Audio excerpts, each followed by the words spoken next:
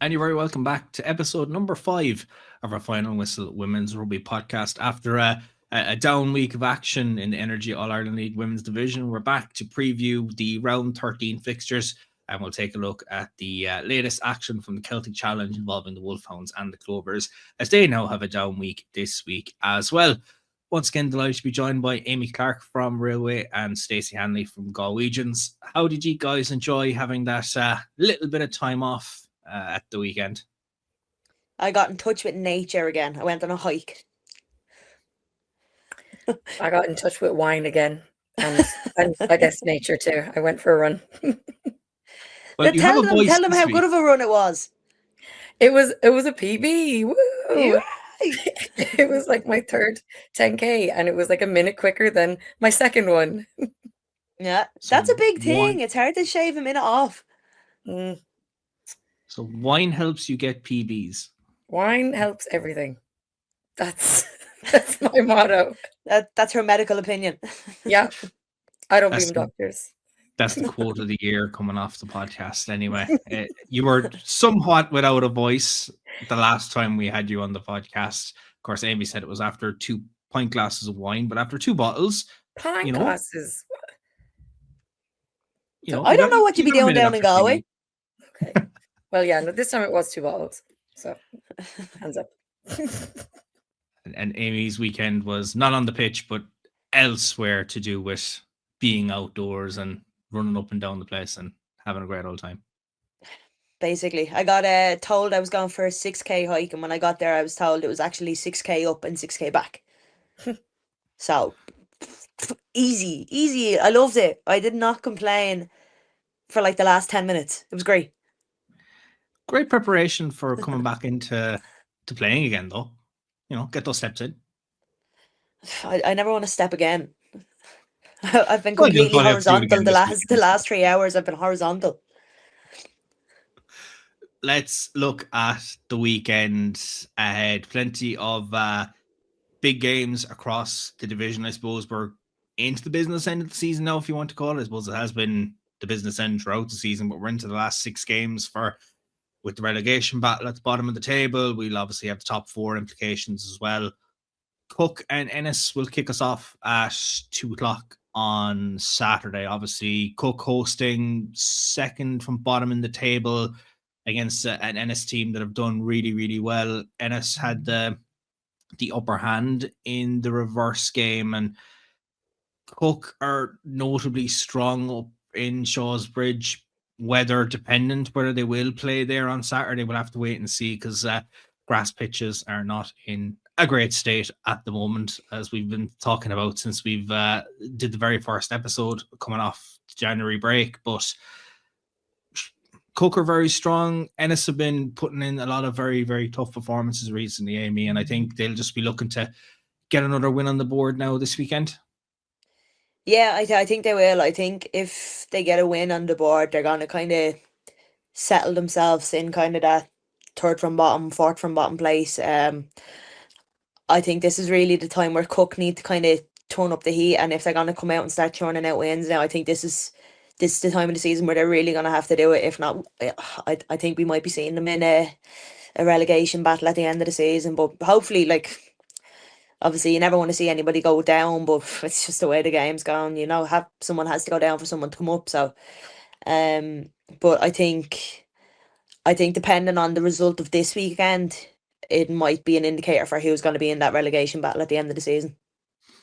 I know that when they played each other at back in November, it was the first time these two have met. It was, the team coming up from junior against the team who've, been in this league for the last couple of years, and Cook just didn't get over the line that day, lost by 3 points in the end, but did pick up an all-important losing bonus point, which, when they're down at the bottom end of the table, every single point now I think they can get, Stacey, is going to be big for their chances. And look, they are a very, very tough team, and I'm sure in their home patch, with Ennis going up there for the first time, it's going to be a toss of a coin as to who's going to get over the line in the end. Yeah, I think, like you said, with the losing bonus point, every point you can get on the table makes a difference. And Cook are a strong team at home. Like, you never like traveling up to them to play them. They always do put in a fight up there. I think they'll be looking forward to not playing one of the kind of the normal top 4 teams at least, so they might kind of see this as an opportunity to get one back on Ennis this side of the season. So it'll be a good game, but I do think Ennis have been in good form recently, so it'll be interesting to see which way it does go. Yeah, because Ennis, I suppose they've had a couple of tough days out against those big teams, but they've learned a lot. And I know when you've come up against them, Stacey and Aimee, when you come up against them as well, you were kind of going, they're really strong and they've really shown what they can do. With from the Cook perspective, as Aimee, you alluded to there, like when you're at the bottom end of the table, it's only a couple of points separating them from Tullow. And if they can get a result here, it just kind of maybe takes the pressure off that little bit more when you get that little bit of a cushion, but also, I suppose, gives them a bit of momentum when they've lost so many games in a row. Yeah, definitely. I think it'll be a bit of morale for them. I think if they get the win, obviously, but I don't think it'll be easily fought. I think Ennis will go up there and be wanting to make a statement win as well, and really, like, all they've been doing this season so far has been like, we deserve to be up here and we are competing with the teams that have been up here. Like, Cook have been in the league since I started, 8 years ago, so probably in it even longer than that, but yeah, it'll be it'll be an interesting game. Like, Cook don't give up anything easy when you're up there. Like, you've seen that in the games that they've played. Like, they got, I think it was 2 tries against Belvo, and like they're still getting points on the board when they're playing at home. And maybe, I don't know, after this weekend off, they might have a few more people returning to play. A week in injury time, that gets people back on the team sheet. So I'd be curious to see who they have and really how many they have. Absolutely. And I suppose another team that are very strong at home and don't give up an awful lot is Ballincollig as well. And look, they've had, I suppose, an up and down season as well. They've got a couple of results on the board, but they're well ahead of Cook in the table. So I don't think they're too worried about a relegation fight at the moment. But with a team like, Old Belvo coming down to Tanner Park, whether the game will be in Tanner Park or whether it'll move with the weather as well. Their last game that they had at home got moved to Feathered against Tullow. So we'll have to wait and see whether that's going to be there. But Ballincollig are a tough team, and I know, Stacey, from playing Belvo the last time out, like, they're going to be hungry to turn things around after losing the last game, and with that gap, decreasing between themselves and yourselves in the league table, like, every point is going to be at a premium now to try and make these semi-final places. Yeah, Belvo are definitely they definitely won't take the loss last week lightly, and they'll be looking to get back to winning ways.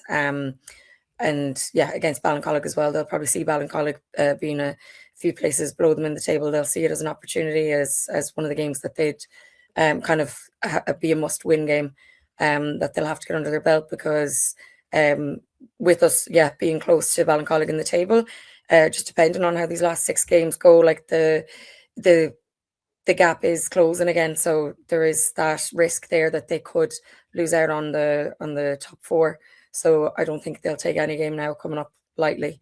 But Ballincollig as well, they are, like, they're ones to watch as well, and they can pull out a good performance.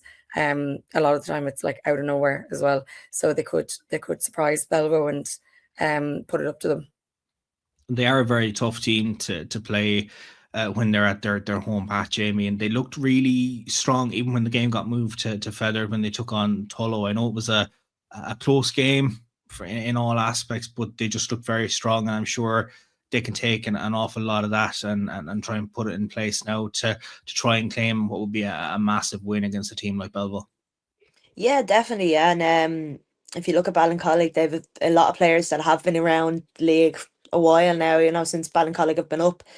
So for them to, say, get the game against Tullow before the weekend off and just kind of really kind of step more into the shoes of being leaders on the pitch and stuff. Like, when you're coming up against a team like Belvo, everybody on Belvo, or the majority of people on Belvo, are leaders on the pitch. So it'll be Yeah, I think Belvoir are going to be licking their wounds and they're going to come out all guns blazing down in Ballincollig, but Ballincollig are a hard team to beat down in Cork. So I don't know. Between that game and the Ennis game, I think they're going to be the two to watch, and kind of really you'll start to see the table kind of lay out how it will end. I think, but who am I? Who am I to know? You know. Well, to get the view ahead of the game, I managed to talk to old Belvo's Aimee Kelly to talk about, of course, that defeat to Galwegians last time out, and now just trying to turn things right this weekend away to Ballincollig. Now, after their defeat to Galwegians last time out, Old Belvedere will be looking to return to winning ways this weekend as they travel to take on Ballincollig. I'm delighted to be joined by Aimee Kelly from Belvo. I suppose, Emma, there is that disappointment from that Galwegians game, but I'm sure, look, you'd be looking to return to winning ways now this weekend. Yeah, absolutely. Over the past seasons, we've had fierce battles with Galwegians. It's not an easy place to go to. They're not an easy team at all. And while they haven't kind of been in the top four, you definitely regard them as a top four quality side. So yeah, very disappointed. I suppose didn't really perform to the best of our abilities ourselves, but all credit due to Galwegians. Like they capitalised on every single mistake we made, and they absolutely deserved to win. But yeah, definitely looking to dust ourselves off this week. Obviously, conditions are playing absolute havoc trying to sort pitches, but hopefully it'll kind of help us prepare to go down to Cork in a tough terrain, to go down there and hopefully go back to winning ways this weekend. I know you've had that little bit of a break now since that game. I suppose, has it been much, I suppose, analysis into the game and going back into training sessions as well? Yeah, I suppose we've all individually done our analysis. Look, it stung a lot. Taking a loss isn't easy, especially it brought us down from third place down to fourth. So we did kind of suffer in terms of table rankings. But yeah, we haven't. The weather has played havoc a bit, trying to get pitches in Belvedere, keep them playable, and get us out onto our own pitch. So we've done our analysis ourselves. We'll look to do a bit more this week now on the Galwegians game heading into Ballincollig. But yeah, look, just definitely a massive emphasis on that. We do have the talent, we do have the ability. We just have to bring it out onto the pitch and just and perform. I suppose one thing that I would have said about that Galwegians game is we didn't do ourselves any justice at all. We're not the mistakes that we kind of made doesn't reflect who we are as a team and what we can do. So just hopefully this week we don't kind of focus on it too much, just kind of focus on ourselves and what we can do, not what we did in that Galwegians game. Yeah, because I know for the large majority of the season, it's been very positive, and you had built a very strong winning run up to this point. So while there was a defeat last time out, I don't think it's going to affect the mentality of the group now going into Ballincollig and the remaining couple of games and the regular half of the season. Yeah, absolutely. And with the new kind of landscape of the women's game, teams have to be mentally resilient. Everybody has to be mentally resilient. It's tough. There's a serious amount of uncertainty every week of who you have, who you won't have.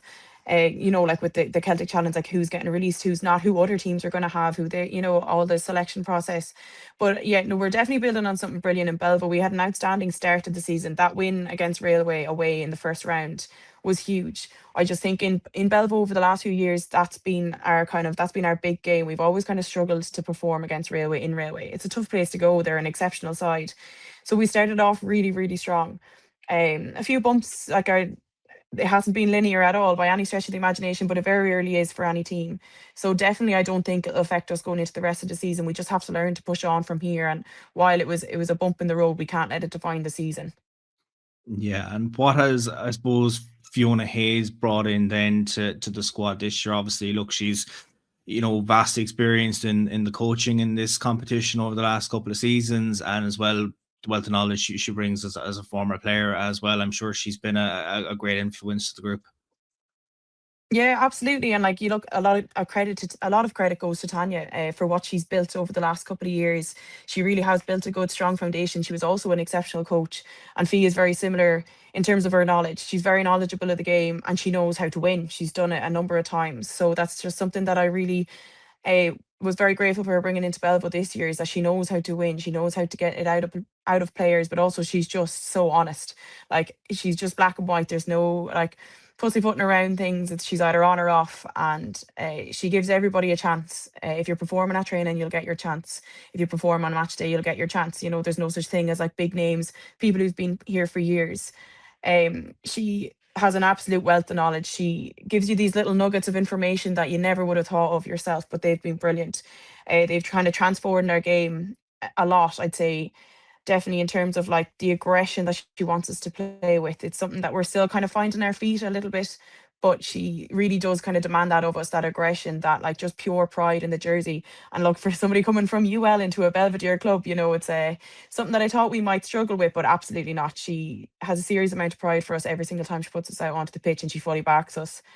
She's a wealth of knowledge, and we're very lucky to have her on board this year. I know we mentioned it on the podcast before. She hasn't got the dog running after you in training, no? No, the dog. We do be babysitting on the sideline. Sometimes you do get stuck with Doty now. It's gas. She her child, as she calls her. But yeah, no, she hasn't been running around after us at training. She's been picking up a few cones and ruining a few of Fee's drills, but that's about the height of it so far. Oh, we were just wondering after the result, had the dog chasing you in the training session since? But I suppose No, I think Fee is well able to kind of go after us herself, so she don't think she needs the dog to kind of give us a kick up the behind.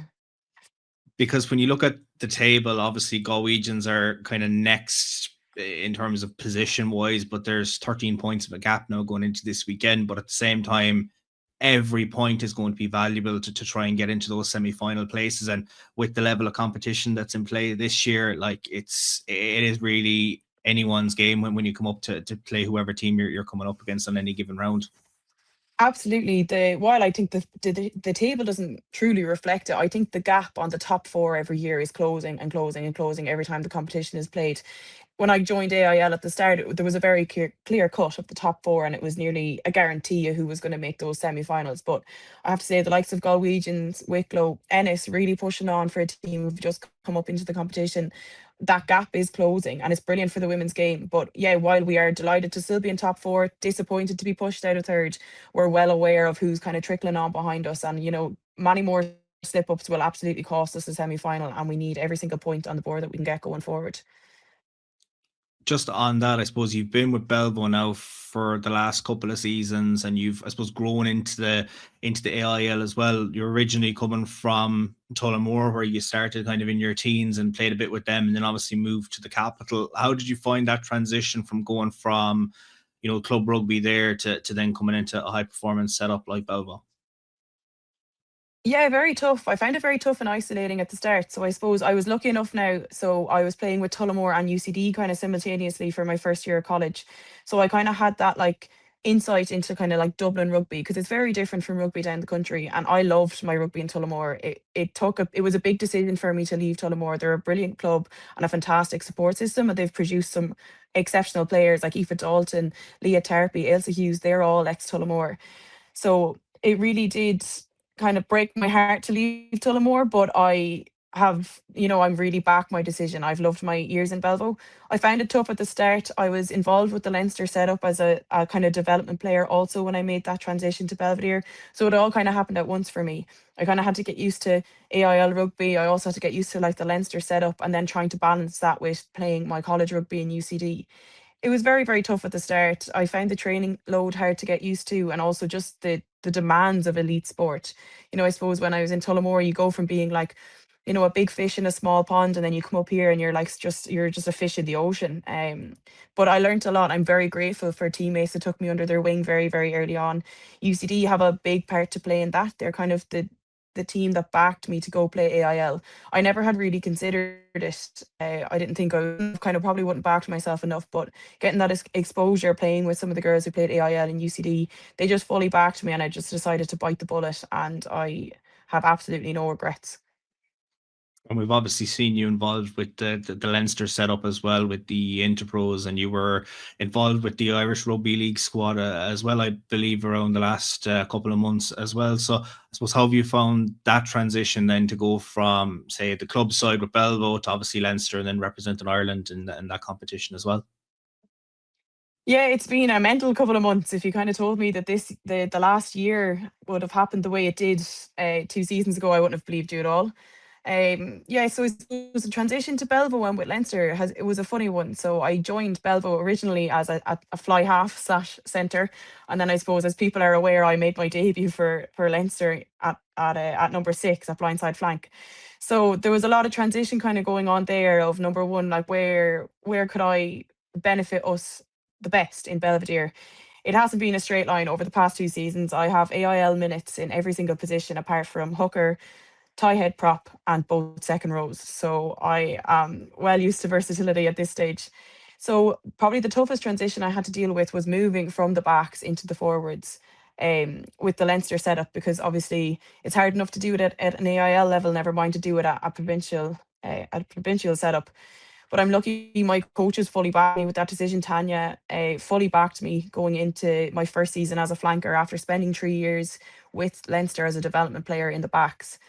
So it was tough. You kind of imposter syndrome sets in very early, thinking that you're not good enough to play in the back row, but like you're also not good enough in the centre, and it does fry your brain. But uh, I've I've played with some of the best players, to ever do it, both in Belvedere and with Leinster. So I'm very lucky that they coached me up all the way along.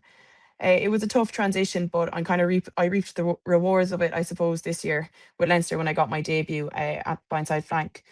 And then the rugby league kind of happened in amongst all of this. I suppose being so versatile and being kind of not thrown around the pitch, thrown is probably the wrong word, but bouncing into different positions, you kind of lose your sense of direction. I wasn't really enjoying rugby union, so Clodagh Dunn, all the credit is due to her. She just said to me, she was like, "We've a great crew down there in rugby league, like we train down in Greystones every now and again. You should come and try it." And lo and behold, went down and I fell in love with the people, I think, first. It's what kept me coming back. I just loved it. It's a great environment. They were so open to people learning the game. And then yeah, kicked on from there, made my debut against France, and then was very fortunate to travel to the World Series with them in Canada just a couple of months ago.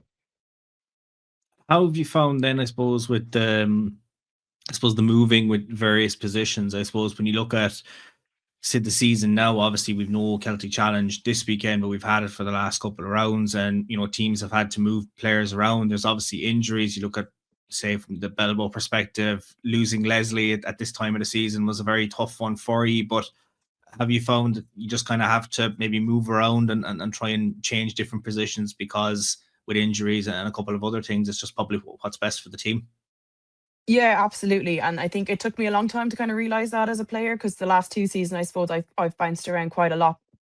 Recently, it's kind of just from the centre to the flank and vice versa, which isn't too different. But I had a number of outings at fly half last year, which was daunting enough.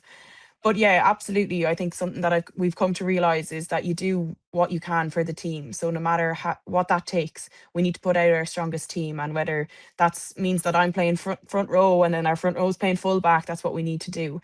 The uncertainty of the Celtic Challenge every week is kind of tough, because I suppose those girls get released and then you want to play them in their best position so that they can get seen, so they can get more caps in the Celtic Challenge, so they can be brought into the Irish setup.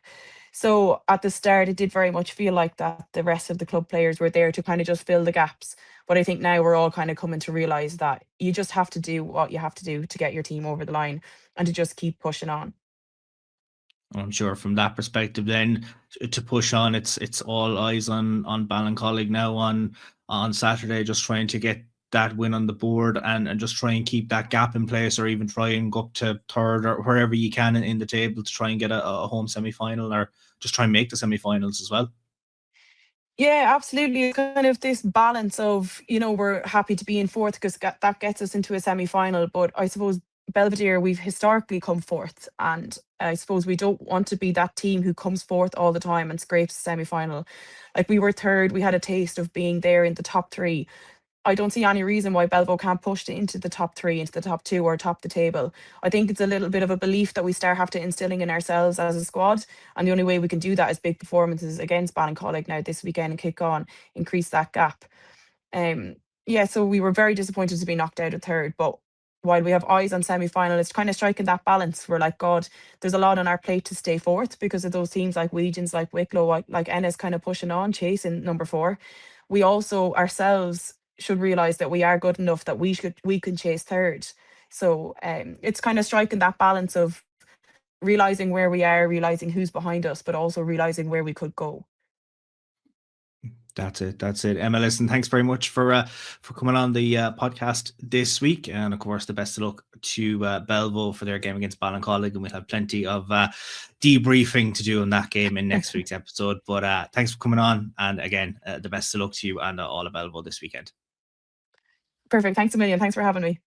So that brings us to game number 3. And while we were talking about Galwegians, a home tie against UL Bows this weekend now, Stacey, forming a double header with the men's team taking on Bows as well. Of course, the men's team top of 2B, unbelievable record to date. The only team across the men's AIL to be unbeaten with all the bonus points as well. And I'm sure having that game on before and trying to keep that crowd is going to be big as well. It's a top 4 clash between those two teams before you.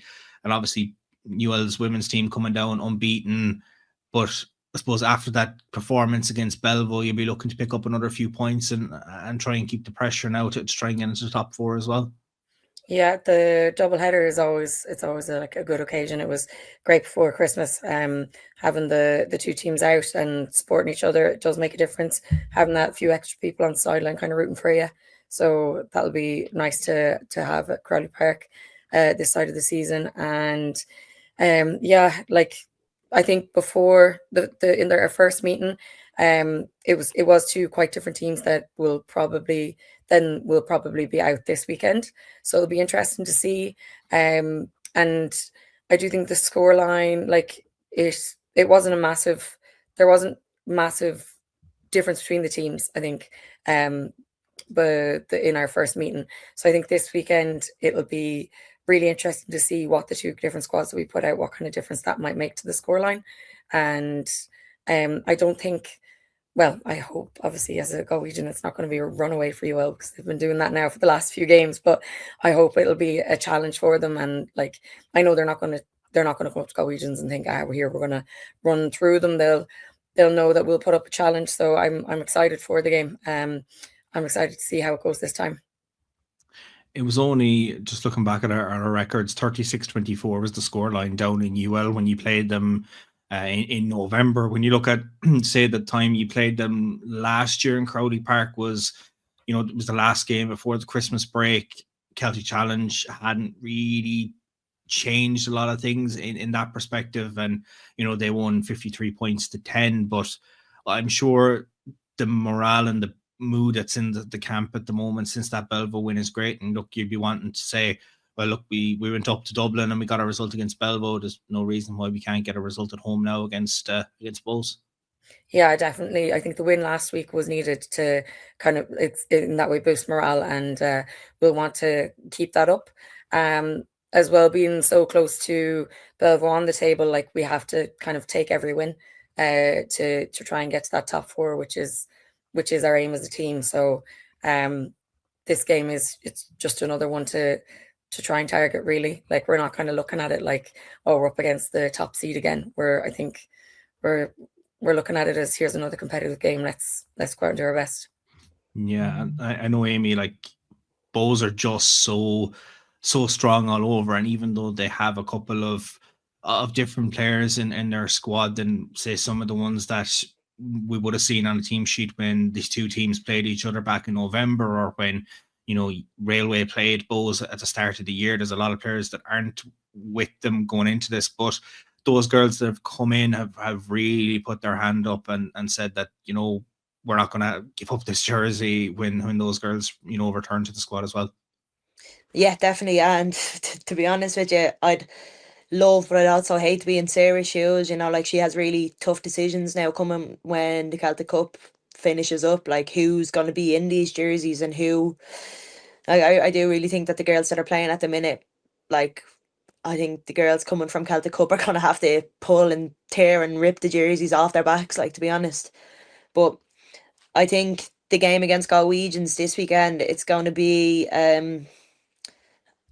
it'll be interesting to see. I think if you keep Bows out of your half, I think Bows are just a team that score when they're in the opposition's 22. So especially if you have Nick back and you play, you just keep it down in their half. I'd say the scoreline might either be similar or a little lower than what the fixture was before Christmas, or roles reversed even. But it'll be interesting to see what kind of happens. Like, because I'd say he's about like evenly matched. Like, he's both have really, really strong pack and backs that know how to pass the ball and how to run and how to kick. So, it'd be interesting to see. Yeah, we don't have Nick. I know we were all on a high last weekend after having her, but no, she's actually away this weekend. So tell her to come back. Tell her Wegians will pay for the flights to come back. They probably would. I will.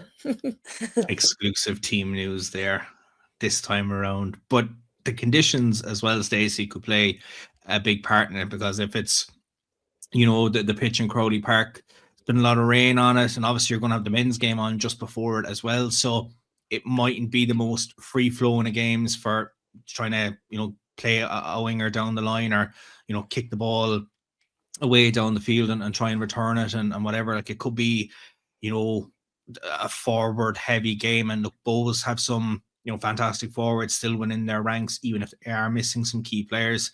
But you yourselves, like the pack that you guys had against Belvo, like if you can go toe to toe with them, you've got the forwards that can get those scores, and even the backs can try and get over from close range as well. Yeah, it will be very different. I think because of the pitch, completely different to playing on the UL Astro. And the pitch is heavy. It's mucky. It's not fully recovered from all the rain, so it will be probably more of a forwards game, I think, again on Saturday, more so than it was last time. And yeah, it all impacts it. But like you said, you'd hope, like looking at the packs on both sides, like they're fairly evenly matched, and then like similar in the backs, so it can really go either way. It'll just be a very different game, and it will be not as fluid. There'll be a lot of stoppages, and I'd say a lot of scrums as well. So you love scrums. Oh yeah, I love them as a flank. They're lovely as a flank. Yeah. You do nothing. Yeah, chill out there, arms up. Yeah, tell them the ball's in and off I go. Yeah. Crowley Park is heavy even when it's sunny though. It is. Crowley Park is heavy really in the middle of August. Yeah, it is. You'll be kept busy, so Stacey, in that game on Saturday. Elsewhere, Blackrock travelling to take on Tullow. Blackrock are 11 games unbeaten now, looking for 12 to keep pace with Bows and try and cement a home semi-final spot. They've a 10-point gap now in place to Railway in third, and Aimee, they're looking ferocious. Outside of Bows, they're probably one of the most informed teams in the competition, and again, they're missing some absolute standout players that will be in their team sheet week on week, but they've just looked absolutely ferocious since round 2. Yeah, I completely agree with you. Like, they have just been a team that are on form and are just consistently building as well, not just kind of staying where they are. They're consistently getting better and consistently trying new things. So I think this Tullow game might be an opportunity for their players that aren't necessarily getting much minutes in starting teams and stuff to kind of get on the pitch and start getting AIL minutes under the board. Like, I know they're pushing to get a seconds team going, and their seconds team are in a Metro Cup against our seconds soon enough. But I think it'll be a really good chance for them, their players that aren't necessarily up to the standards of, say, playing Galwegians yet, or playing Bows yet, or Belvo or us yet. I think it'll be a good chance for them to get in and kind of get some good game time under the belt, if that's what they do. Like, it's good, to be honest with you, like, you always kind of, you're torn between a coach whether you want to go out and put your best team out and just hike the points difference up, or if you want to go out and put your team that needs the most experience out. So it'll be interesting to see what Niall does. Absolutely. But I suppose looking from the Tullow perspective then, Stacey, like they're going to be up against it in this one. Like, Blackrock are just such an experienced team. They're such a strong team. They've got depths of quality all over the pitch. But look, it'll be another learning curve for Tullow, and look, they can take a lot from it. But Blackrock will certainly fancy their chances to to get another win on the board and just keep this momentum going. Yeah, I haven't played Blackrock recently. Like, they're ferocious to play against in attack and defense. So I wouldn't like to be going out against them at the weekend again. But Tolo have put like some really impressive scores on the board. Like, you know, their winger Destiny's been on fire for them, and their pack as well have kind of done the same. So I think if they use it as a chance to just literally get on the scoreboard just that little bit more again, all they can do is learn from it. All they can do is get better from it. So I think if that's kind of what they focus on, then they'll come out of it. They should hopefully come out of it positive. Absolutely. And then last game of the weekend brings us to Wicklow against Railway. Of course, Wicklow, another team that are knocking on the top 4 door at the moment. And, you know, they've kind of always been thereabouts. They want to break into the top 4. They've never got a desired result against the top 4 team since their history. I know, Aimee, you've had some, you know, high scoring performances against Wicklow since they first came into the competition, and have just, I suppose, kicked on every time you've played them. Going down to them this weekend, it will be a tough game if, again, weather permitting, that we're going to see guys playing in their home venue, or whether the game gets moved to somewhere else. We've always said how tough it is a place to go, and I'm sure you'd be doing, you know, as much training as you can this week to get you prepared for what's always going to be a tough away trip. I think we'll be doing swimming lessons if the weather keeps up the way it is. But no, I've said it from the start of this podcast, Wicklow are awful to go down and play against. They have such a fantastic support behind them that, like, if I played for Wicklow, it'd be brilliant playing at home, but coming into their kind of patch, it's hard. And you know, Wicklow's it's a mucky, dirty pitch, like, and the girls will be used to training there, they'll be used to playing there. So yeah, we're definitely going to try get in as many minutes on the pitch as we can. I think Beth's been really, really in form for them at the minute. And I think she'll be kind of our focus on, well, we always mainly focus on ourselves, but she'll be someone we'll be aware of while training this week, to just train and keep the heads up when we're playing, you know, head in a swivel.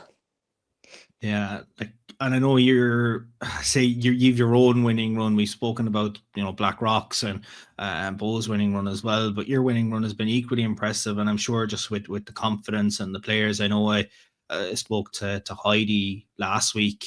You know, she's been, you know, done so well, like top scorer in this competition, and it's her first season, just been chomping at the bit. She's played in all 12 games so far for you guys, and there's other players that have come in as well they're equally done that. So there's a lot of confidence and a lot of morale within your group every single week you step onto that pitch.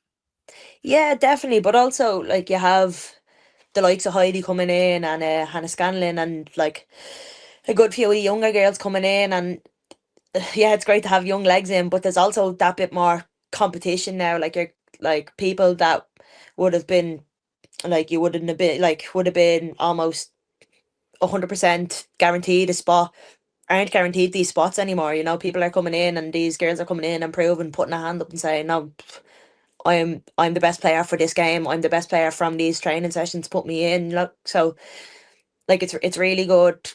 These girls coming in, and girls from abroad, like we've Chloe coming in from France, we've Miu coming in from Japan. Like, these girls are coming in and just bringing the squad up and bringing the standard of the squads up, because you want to be the best, if not better than the person to your right and left. And I think that's everybody's mentality of in the squad, that everybody wants to be better at getting better, and by doing that, we all just kind of push each other on.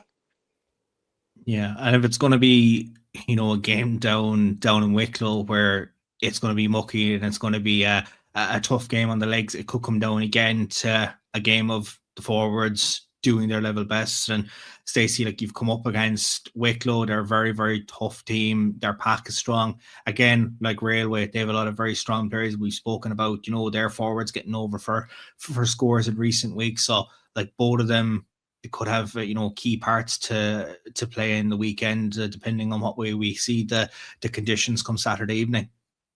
Yeah, Wicklow are, like, they've really, really come along in the last few years, and they are so competitive in the competition right now. They're their forwards, their backs, they kind of have it all. Like you said, Beth Roberts has been phenomenal now.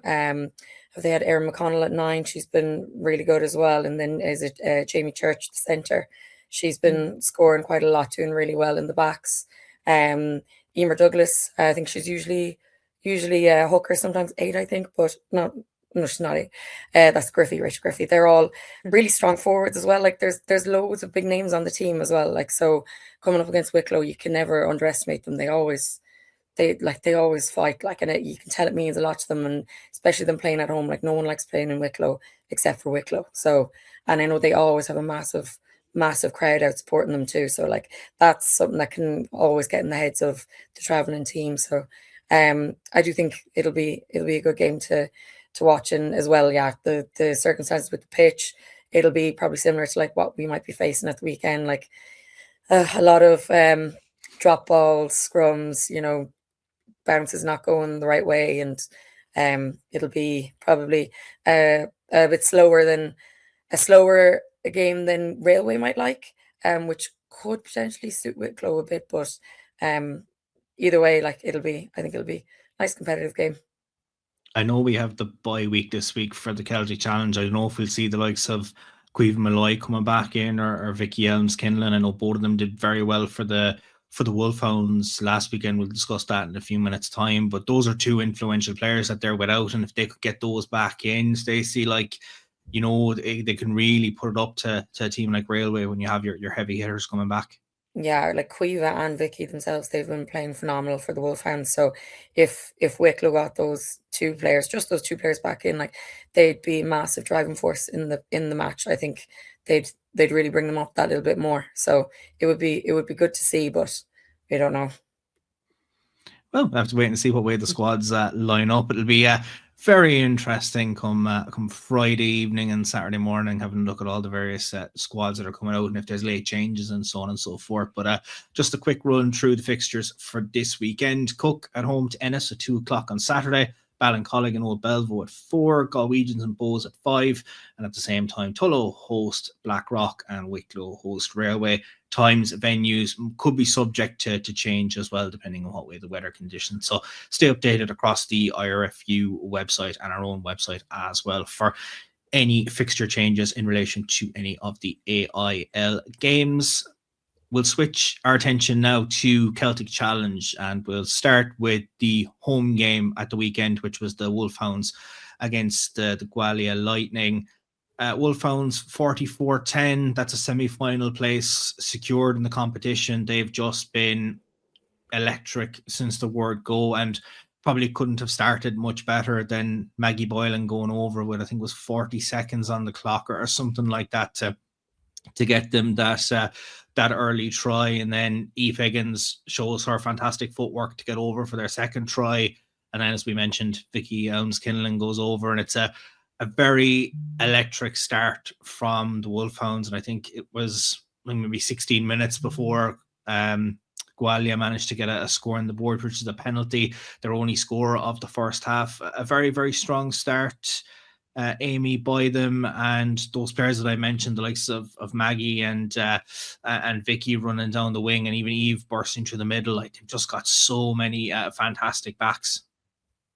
Yeah, like, I think Wolfhounds have just been completely on form. Like, I don't think they've had a misstep, maybe one or two, but like, they've really been the team to beat. They, like, there's no one that's come close to them really yet. Well, only kind of times, like, it's almost like they switch off. So I think the kind of closer game a couple of weeks back is what kind of solidified in their head. Now we can't switch off. Like, it's 80 minutes of rugby. We're going to play the 80 minutes of rugby. But yeah, Eve, like, I've been lucky enough to play with Eve. I played underage with Eve. She's phenomenal. She's brilliant. She's somebody that I'd back to make a tackle, and she's somebody I'd back to burst through 7 tackles, Maggie Boylan is lightning quick. Like, she was fantastic for Leinster during the summer, and she's been really, really excellent for the Wolfhounds in this campaign. And then Vicky's been brilliant. Vicky, like, I think it was not the last game, the game before, She scored 2 tries, and she was scoring them from everywhere. She was just going through people for fun. Like, it was like she's been really on form. Like, the whole team has been absolutely fantastic, to be honest with you. Um, and it'll be interesting to see now, come Six Nations, what names we'll see from Wolfhounds within the squads. Because like that as well, Clovers have been equally on form. Like, Absolutely. And then you see the likes of India Daly goes over and gets their next try, and Fiona Chute goes over. They really see the strength of their packs they see. And then the last try of the half goes to Avian Riley. She just takes it and goes over it, like another fantastic player to have within the setup, a very, very strong scrum half. And then you say, India's, very good playing in that front row, and Fiona Chute coming back from injury and has done really, really well in this competition. Yeah, like Avian's been so impressive for the Wolfhounds, and she's done really well to come back from injuries. Well, she had like two injuries recently, two big ones. So to see her playing the way she is amazing, and like you can see her kind of commanding things on the pitch. And when she saw that gap, like she was just gone and just burning people on the outside. So she's been really impressive.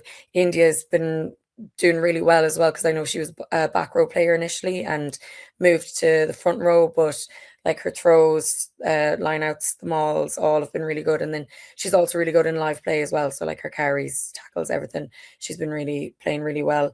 Maeve Clenaghan then as well, also in the hooker position, was really impressive in the second half. Her 2 tries off the line outs, first of them all, second the little trick play. So like there's plenty of depth in the forward pack there for Wolfhounds too. So yeah, they've just been impressive all around. Yeah, they've looked a very, very solid group, and I suppose coming off the back of another impressive performance, I managed to get the thoughts of one of their players, and of course our new Ireland captain as well, coming into the Six Nations in the form of Erin King. Just talking about, I suppose, her recovery from the injury that she had last year, and stepping back onto the pitch and now looking to lead Ireland into the Six Nations. Now, we've had plenty of Celtic Challenge keeping us entertained since the January break, and delighted to be joined by a member of the Wolfhound squad and our new Ireland captain in the form of Erin King. Delighted to welcome you to our Women's Rugby podcast, Erin. But delighted to see you back on the rugby pitch over the last month. I suppose it's been an up and down battle for you since the injury early last year. Yeah, it's been a bit of a mad last month. Coming back from injury was obviously the main thing for me, and yeah, getting back was a moment I'll never forget. Definitely a lot of hard work went into that. Wasn't always pretty, and there were definitely some really tough days, and obviously missing the World Cup was really hard for me. But yeah, all the long days of rehab were made worth it when I got to play for the Wolfhounds. Up in Craigs against the Clovers was my first game back, and yeah, it was really special, and my whole family came and watched, and all the girls made it really special from the Clovers team and also from the Wolfhounds team, which was really nice. So yeah, it's so nice to be back, and I played my first 80 minutes just there on Sunday, and I'm feeling good. So yeah, I can't really complain. And then obviously delighted, very pleasantly surprised when Scott asked me to be the captain. So yeah, definitely loads of exciting days ahead. So yeah, it's been a bit mad, but it's all going well. So I can't complain. It was a bit of you could say baptism of fire when you're coming back after so long to play almost an All-Ireland game with the Clovers and the Wolfhounds and Craigs. But I suppose it was probably load management as well, just getting minutes back into the legs, and you've been involved ever since that first game, and I suppose you've been taking it in your stride, getting a couple of tries as well. Yeah, I've been building up. So yeah, obviously that first game I just played the 20 minutes, and then been kind of adding minutes on week by week. So yeah, then did 40, 60, 70, and then yeah, just 80 there. And yeah, it's a really nice way to get reintroduced to rugby and kind of play with a little bit less pressure, which is quite nice, and practice new things and work on things that I want to work on that obviously I've missed out on due to being injured. So yeah, I've really been enjoying it, and we've been going quite well with the Wolfhounds team, and some of the young girls have been putting their hands up, and it's been really impressive. So yeah, I've definitely been really enjoying it, and yeah, can't wait to see what the rest of the tournament. I think we're at the halfway mark now, so hopefully we'll keep going the way we're going and get to the final. Yeah, I know you booked a semi-final spot at the weekend we just had with another very, very strong performance, keeping you guys unbeaten to date. That game coming back, just I suppose putting the boots on again and putting on the jersey, and that I suppose the pre-match rituals and everything was just a nice feeling to be back within the dressing room environment and just wanting to get back on the pitch, even if you only played a certain amount of minutes like you did.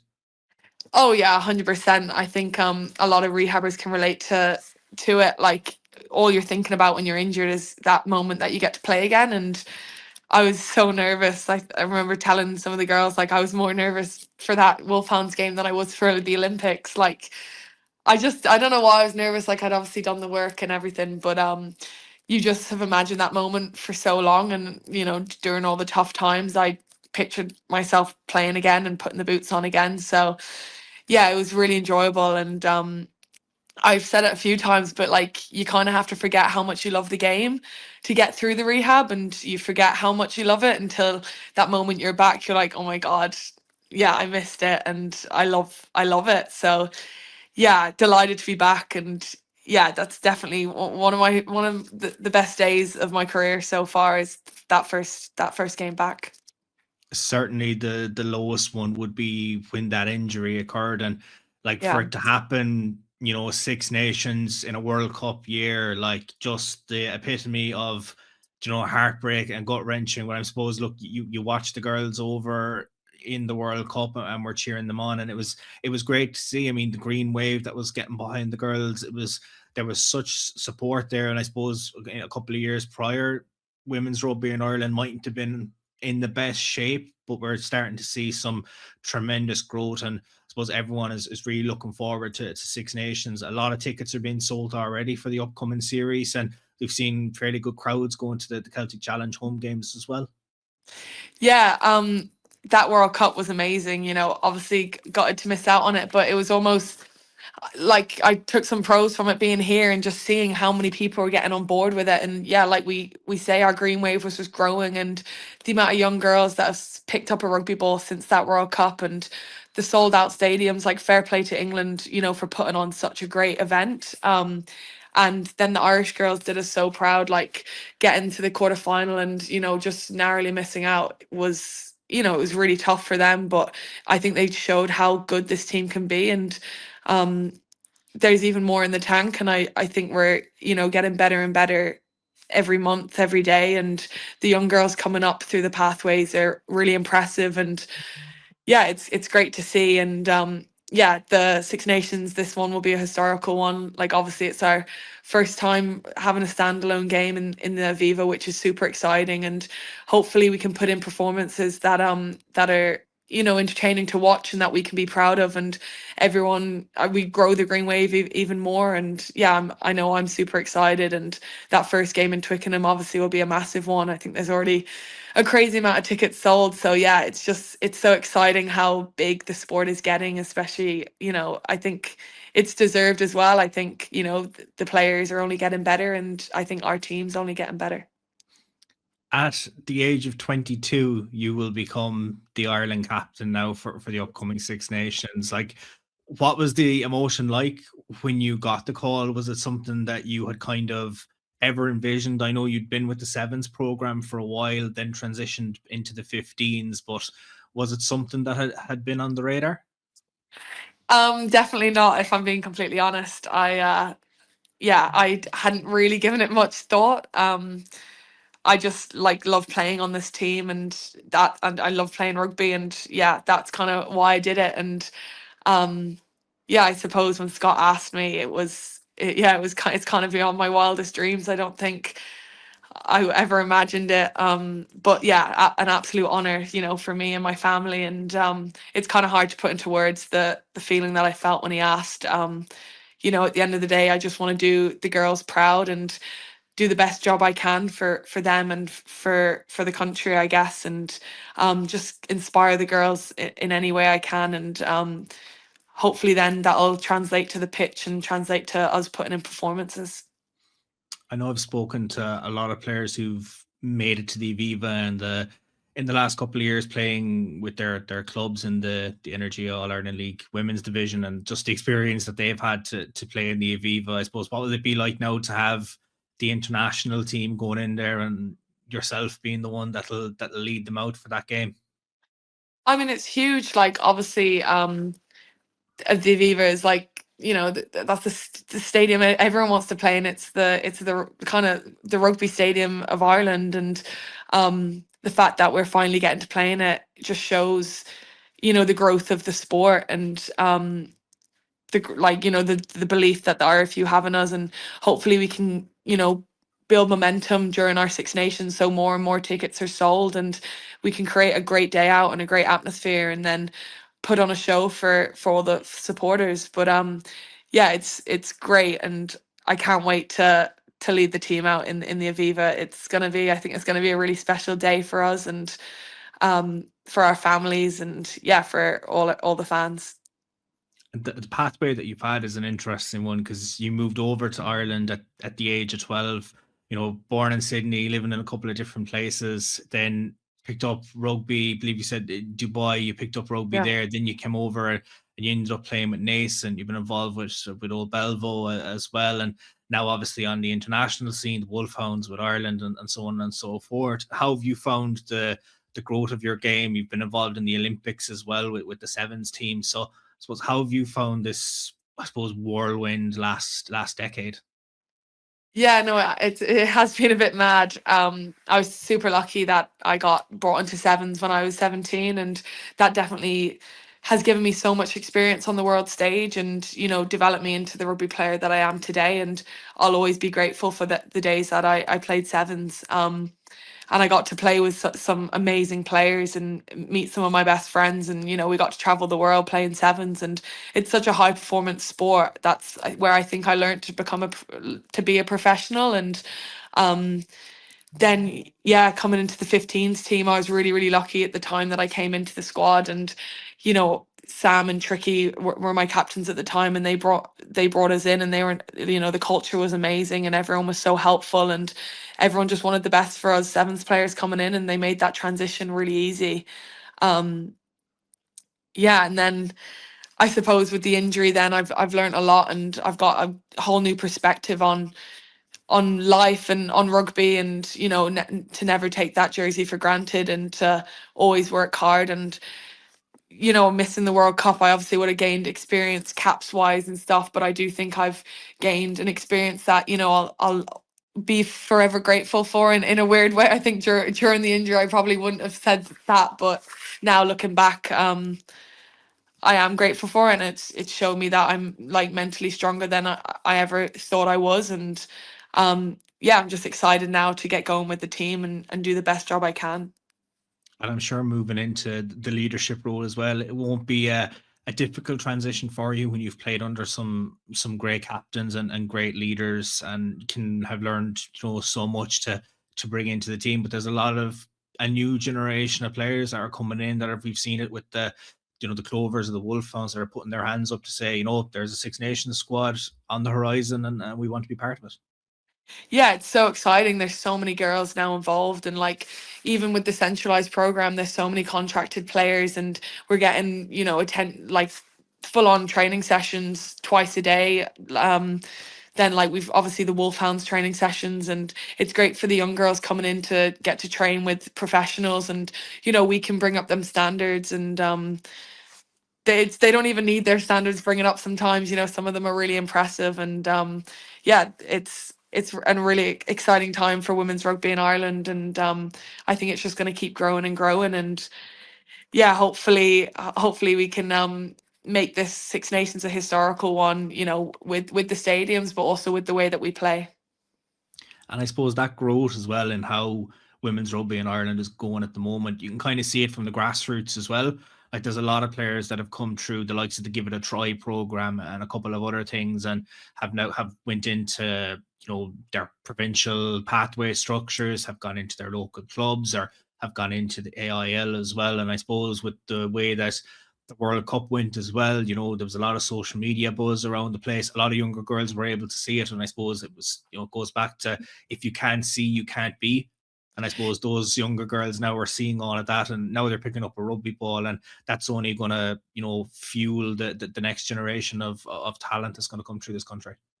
Yeah, 100%. I think fair play to like the likes of Eve and Anna putting out them TikToks during the World Cup. I think we got a lot more supporters through that, and yeah, it's so exciting. Like, I think the game is very different to the men's game, and we've got some characters on our team that make it really entertaining, and it's really exciting. And I think young girls see that, and it makes them want to be part of the team, which is really nice. And it's so nice now that like there's like, you know, under eights that can say they want to be rugby players. I don't think that was a possibility for any of us when we were younger.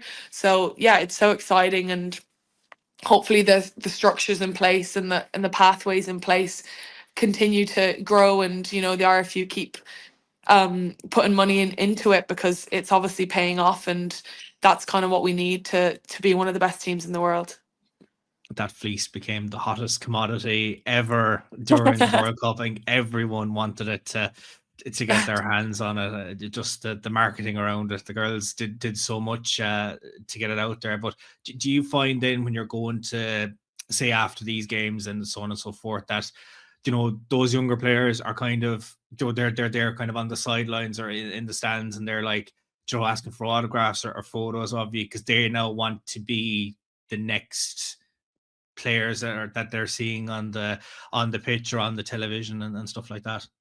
Yeah, it's great. Like, even our Wolfhounds games, you know, there's young girls at them, and that are big fans, and yeah, it's really nice. I guess that is why we do it at the end of the day, to inspire the younger generation, and to make it as appealing as possible to play women's rugby in Ireland. So yeah, it's really nice when we go to games and there's young girls who, you know, say that you're their favorite player and things like that. It keeps you going, and you know, it's a constant reminder that we have to keep inspiring, and you know, we're role models at the end of the day, and that we need to keep going with that, and keep hopefully putting in performances that make girls look and be like, oh, I want to be part of that team. Well, they're certainly putting in performances with the Wolfhounds, and the Clovers are doing really well. So we'll have to see what way the Celtic Challenge plays out now in the final couple of rounds, and then the Six Nations around the corner. Erin, thanks very much for coming on the podcast this week, and wishing the Wolfhounds and, of course, the Ireland team all the best of luck in the coming months. Cheers. Thank you very much. At 22 years of age, to see her now captaining an Ireland team, you know, coming from the Olympics in 24 and then moving into the 15 setup, and you know, 2 years later it's, you know, leading us into a Six Nations. Like, Aimee, she's an absolutely fantastic player, and I suppose I know she's played, you know, limited minutes since the start of the Celtic Challenge. She played her first 80 at the weekend, so I suppose it's great to see her coming back into full fitness and back to where she wants to be as well. She is an absolute unit. She is fantastic, and like, it just goes to show as well, kind of like, it doesn't matter what age you are, you know, when it comes to captaining a team, it just shows our character as well, especially to be 22 and captaining an international squad. Like, it's phenomenal. Like, I think it really does show like her work ethic and the character she has, and the kind of person that she is, for her to be the captain. And you know, like, it's a hard position to be in, and I think the two girls before her were absolutely fantastic. So she's got some big boots to fill, but like, I have no doubt that she will fill them. Absolutely. I mean, she's just one of those, you know, just one of those players that you can always rely on and always depend on when she's playing well. And I suppose, Stacey, if you have someone like that in your back row, like, it's great to see. And there's other players that are playing alongside her, and not only in the Wolfhounds team, but in the Clovers team, that'll just be trying to, you know, to get onto that Ireland team as well. Yeah, like a leader like Erin in your back row, like having someone that you can count on, kind of similar to what Aimee said about Eve Higgins. Erin's really similar. Like, you'll count on her to carry through people, you'll count on her to make tackles, and she's just an amazing player to have. And like, on the Clovers, then, like, another impressive back row. It was great to see Ailish Quinn get her get back onto the pitch. She's been injured for a while. And then again, like, I'll never shut up about Jemima. She's just incredible. She's And I been would phenomenal. absolutely would love to see her get one of the Irish jerseys during the Six Nations. I think she's been so impressive that she definitely deserves it. Other than that, like, yeah, I don't know. I can't say anything else about them really. They're just, like, the amount of talent there is crazy. Let's talk about some more Connacht players and get Stacey really flying the flag for Connacht and Galwegians as we Let's talk go. about the Clovers. 38-31 win away to Glasgow, and they were 26-7 up at the break, but Glasgow really came back. I thought it might have been a bit harsh, the yellow that Chisholm got in the second half when it happened. Then they get the penalty try late on and really put a bit of pressure on the Clovers, but started very strong. Faith going over in the 6th minute. You know, we talk about players who've done really well. I suppose you've played with her, Stacey, in the past, and Aimee, you know, she's on the books with Railway now, but she's another absolutely fantastic player to have in your back row, and showed it with her try after 6 minutes, Stacey. Yeah, Faith's incredible to have. You could put her on the wing. You really could. I played sevens with her as well, and we did put her on the wing, and she, like, won a competition for us. That was it. Like, our game plan was get that ball out to Faith. And I remember the very first breakaway she made, I tried to run a support line and realized there was absolutely no need. And for the rest of the competition, just didn't bother, like, because she's gone. She's unreal. And I know there was like a clip of her online there of her scoring the try and her putting in massive tackles. She's another back row or second row as well. That's just so consistent. Always a good game. She's always looking for the ball, and she's nearly always scoring as well. So, love playing with Faith. She's really good to have there. That kind of kick-started it, and then they get their second try through Evie McGrath, and Katie Whelan goes over, and, you know, scoreboard starts ticking very much in their favour before Glasgow put a score on the board to make it 19-7 with a couple of minutes left in the half, and then Anna McGann goes over to make it 24-7, and then Katrina Fenn converts it. What I spotted a lot, I don't know if it's just with AstroTurf or anything like that, Aimee, but when you have those players that, like Katrina Fenn or say Dan O'Brien for the Wolfhounds, or whoever you have that can boot the ball up the other end of the field, when it comes to the AstroTurf, I suppose it's a lot more difficult for players to try and maybe judge the flight of the ball or the bounce of the ball when it comes to playing on Astro, because I think the Clovers got a lot of possession and a lot of scores coming from just trying to kick the ball deep into the Glasgow half on Saturday. Yeah, I don't know. It's a pitch is a pitch to me, to be honest with you. I think definitely with an Astro, you're not going to have the tud off the ground with the ball. So, say like when we played in Galwegians, it was a wet day, the ball got kicked and it would just dead onto the ground, you know. Whereas in an Astro, it's that artificial ground and it's that springy ground that the ball will bounce back up and it'll travel a lot further. So that's the kind of only difference I'd have. I think sometimes it can just be the wind. If they're enclosed Astros and the ball goes up high enough, there'll be no wind from where the shelters are, and as soon as it goes up there, the wind is coming and it's swirling and it's sending the ball any which way. So when it's coming back down, it is hard to read. But like, you can have, say, like places like that, like I know Tullamore has a stand on the side of their grass pitch, and it's the same. You kick up and the ball go either way once it goes past the stand, you know. Yeah, and then looking into the game between Glasgow and Clovers, like Clover started the second half again strong enough. Evie McGrath getting her second try, but then the scoreboard starts to tick the other way, and Glasgow start to come back in, I suppose, showing what they did against the Wolfhounds. They got their chances and they took them. As I mentioned, the yellow card for Chisholm, and then we had the penalty try that followed, and, you know, suddenly it's 31-24. Faith is in the sin bin and Chisholm's in the sin bin, but then it's a Galwegians player that crops up to get a score in the form of Schiefer Hessian. And I suppose, Stacey, like, she's another player to keep an eye on, and did very well and well deserving of her try, and then stepped up to land the conversion straight after it.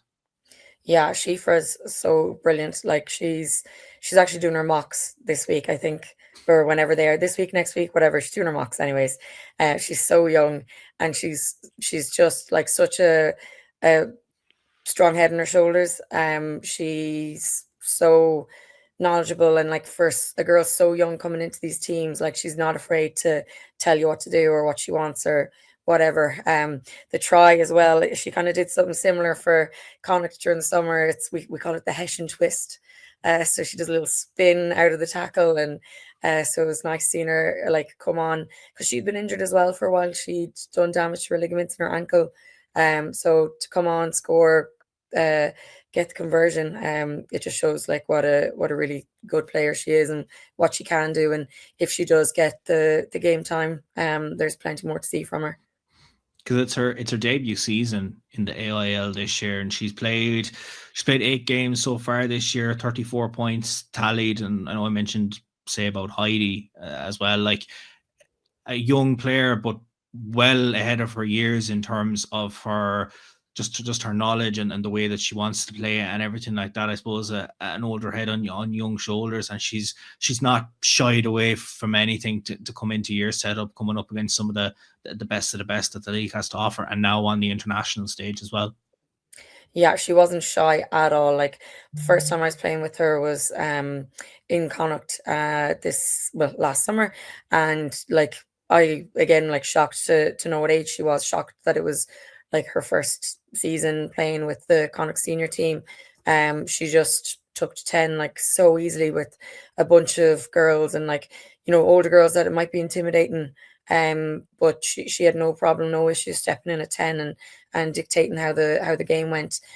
She was concussed in the first game, so again she missed out on the rest of the interpros, but she played so well for us, slotted right in with Galwegians. Losing her to Clovers was a big loss for us, but massive game for Clovers. And obviously, like, you want to see her playing these high standard games, and the ankle injury then didn't help her, but I know she'll get plenty more game time. She's so much time to impress, and she's so much time to grow as a player. Like, if this is what she's playing like now, I'd hate to see her in literally even 5 years.